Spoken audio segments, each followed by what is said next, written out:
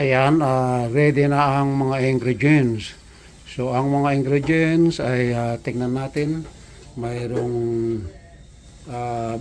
bawang, luya, sibuyas, coconut milk, yung galunggong na prito na leftover.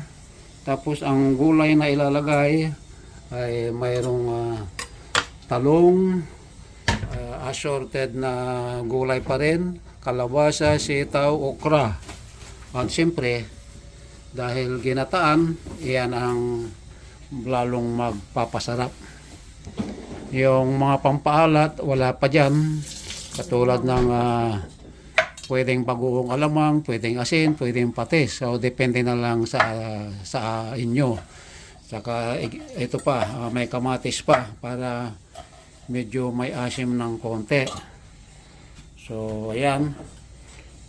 So, ready na ang ating kawali. Kawaling Pinoy. Yan, galing sa Pilipinas yan. Kaya, kahit andito kami sa Canada, yung mga lutong Pinoy ay hindi nawawala yan. Paminsan-minsan may lutong Pinoy. Yung lutong pang probinsya ba? Lagyan ng vegetable cooking oil.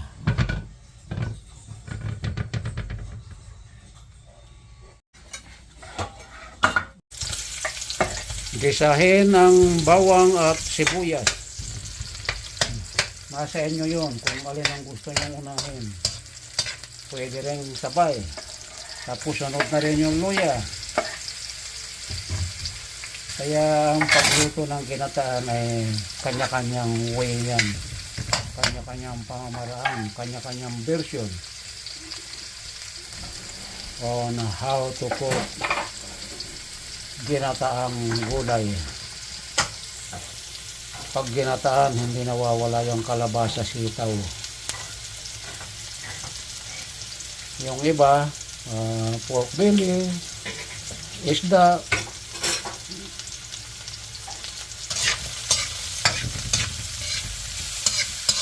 Next is tomatoes.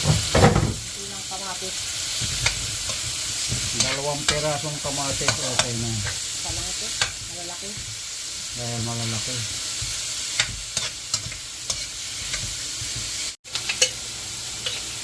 Lagyan ng bagoong na alamang, pampaalat, additional flavor.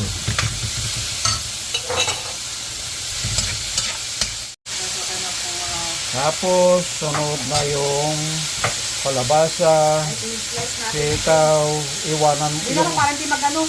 yung okra mamaya na yan kasi madulas. Basta ano yung huwag mong i-over ko. Yeah. Malalaki eh. Kalabasa.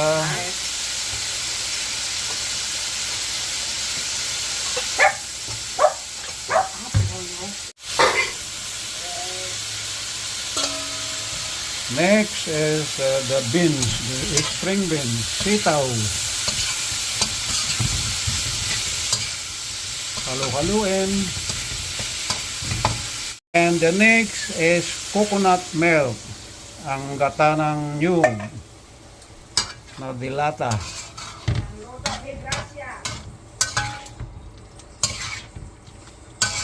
Lagyan ng konting tubig. Kasi ma-absorb niya yan eh.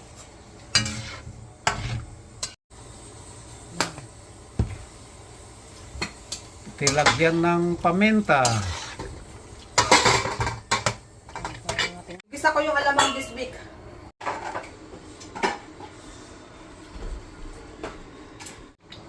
Maya pa yan.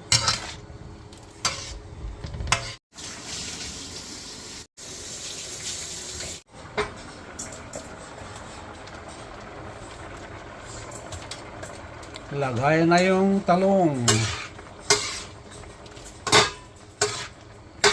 Next, ang palaya. Lagyan ko na rin siguro itong ano, para lumasa. Yes. Now, fried jeje na boneless. Inalis na yung tinik. Kaya boneless na yan. Mamaya na yung okra.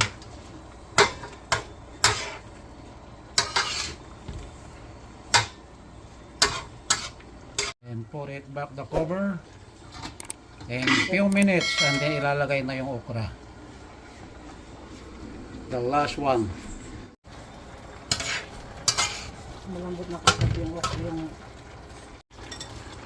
sasapatayin ko na. Next, okra. Ko ng The overcook. lady finger. Lady finger.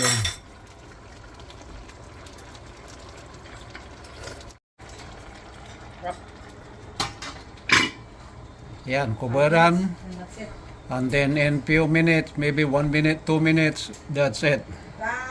Yan yung sili, dalawa lang kasi may bata, hindi pwede sa baanghang ng bata. So ayan, tinanggal na sa heat. So kasi para hindi ma-overcook yung mga gulay. So luto na ang ginataan na assorted na gulay. Ayan. Para sa dinner yan. So what we do, we have to transfer in a serving plate and enjoy ginataang gulay. Kung nag-enjoy kayo mga kapatid sa ipinakita kong video kung paano magluto ng ginataan na sari-saring gulay na may kasamang fried JJ na boneless, ay huwag kalilimutang mag-comments down below. At siyempre yung like, huwag niyong kalimutan. At kung bago pa lang sa aking channel, Leonardo De Guerto, ay huwag kalilimutang i-like, comment, at i-click na rin ang subscribe button and notification bell para updated ka lagi sa susunod kong video. So once again, thumbs up.